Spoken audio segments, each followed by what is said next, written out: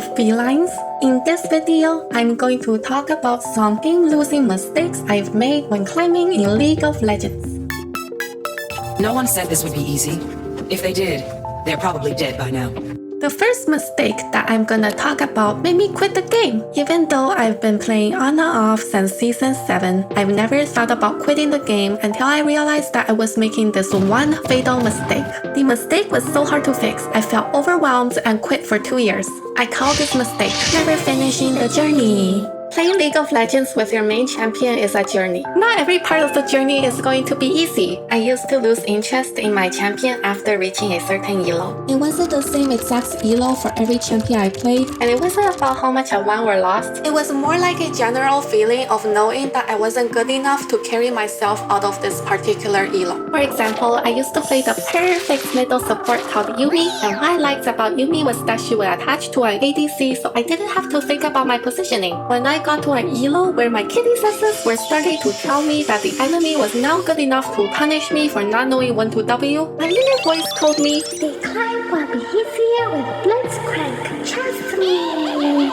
And then I became a Blitzcrank main, and yeah, that didn't work out so well. At first, my climb was easy again, but then I got to another elo where my Blitzcrank journey wasn't a walk in the park anymore, just like the Yuumi journey. At the time, I didn't see anything wrong with this climbing approach until I reached Gold 1, where I will often get matched with low plat players. Because I climbed by switching champions instead of refining my skills, the plat players just stomps me every time, no matter what champion I decided to play.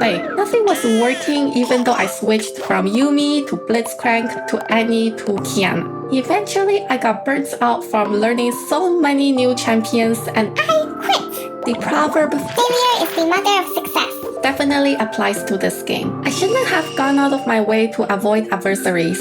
Please subscribe. I have the best intentions.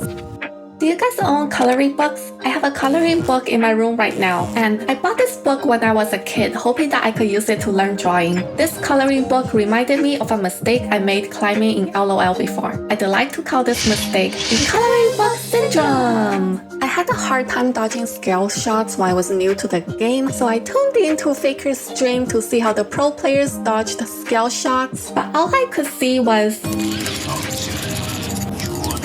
Wait, what? I could barely see what was happening because he had so many mouse and keyboard inputs. So then I thought to myself, okay, I gotta learn how to click fast like him. So I started using programs that improved APM and reaction time. Even though my APM and reaction time did increase a little bit due to these programs, I spent too much time on them. Much like how coloring books could give me an illusion that I could draw because I didn't have to worry about my sketches, the increase in my APM and reaction time made me feel like I could dodge all the scale shots as long as I used the programs more. In order to dodge scale shots, I also needed to know how to anticipate the enemy's next move based on the enemy champion's playstyle, location, and skill availability. The programs I used did not tell me where to click in the game, nor did they tell me, Okay, sidestep here and walk in zigzag there. This is like the sketching part that I ignored when I was learning how to draw as a kid. Since I overly focused on APM and reaction time, I still had a hard time dodging scale shots until I realized that I had the coloring book syndrome.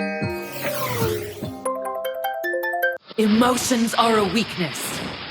The last mistake I want to talk about for this video is a mistake that I used to make over and over again. This mistake is gambling. Have you guys ever had a bad day in real life before? Like the kind of day where your alarm just fails to go off as someone bumps into you and your coffee spills down the front of your shirt? The same thing can happen in League of Legends too. Some games are just simply unlucky, and on some days it just feels like no matter what I do, no matter how many games I play, nothing is going the way I want. The difference between having a bad day in League of Legends and in real life is that there is no redo button in real life, but there is one in the game. When I get unlucky, I could just simply queue again. The fact that there is a redo button in the game led to a really bad habit of treating the game like gambling. Unlucky games prompted me to keep playing so that maybe I could get lucky in the next game and win it all back. I would think to myself, I'm not going to stop playing until I win a game. But But every time I tried to do this, I went on a massive losing streak because my mind was not focused on how to play better anymore. Even though playing a lot is good for building muscle memory and improving, a losing streak is bad for mental health. It can lead to negative emotions like anger, disappointment, and depression. I should have just stopped playing on losing streaks. On the opposite end of the spectrum, I got anxious when I went on winning streaks to the point of not touching the game for a long time just because I wanted to keep my streak going. The anxiety was also not good for my mental health.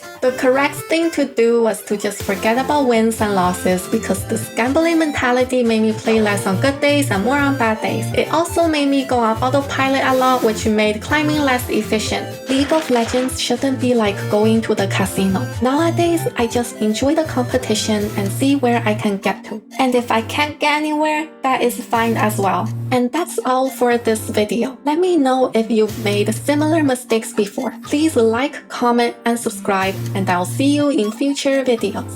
Bye!